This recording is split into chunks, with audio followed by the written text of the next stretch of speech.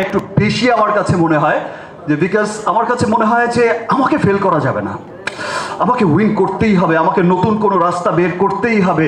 যেই রাস্তায় চলবে আমার পেছনের সবাই, যে রাস্তায় চলবে সিয়াম, যে রাস্তায় চলবে আজকে যেই ছেলেটা নতুন এসেছে, আজকে যে মেয়েটা নতুন এসেছে, ওর পথ চলাটাকে আমি আরো ইজি করে দিয়ে যেতে চাই। বিশ্ব জয় করেছে শাহরুখ খান, তার পেছনে রণবীরও সেই সুবিধা নিয়ে যাচ্ছে। এটাই সিস্টেম, এটাই আসলে হয়। এখন ধন্যবাদ জানাতে চাই মেহেদী হাসান হৃদয়কে। অ্যাকচুয়ালি ও আমাকে নেয়, মানে আমি ওকে নেইনি, ওই আমাকে নিয়েছে। এত চমৎকার গল্পের ছবি বরবাদ।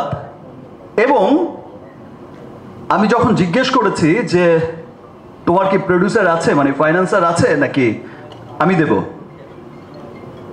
বললো যে ভাইয়া আমি আপনাকে এইটুকু বলতে পারি, আপনার এ যাবৎ ক্যারিয়ারের যত সিনেমা হয়েছে তার চাইতেও যদি বড় বাজেটের সিনেমা না করতে পারি তাহলে আপনি আবার সিনেমা করবেন না।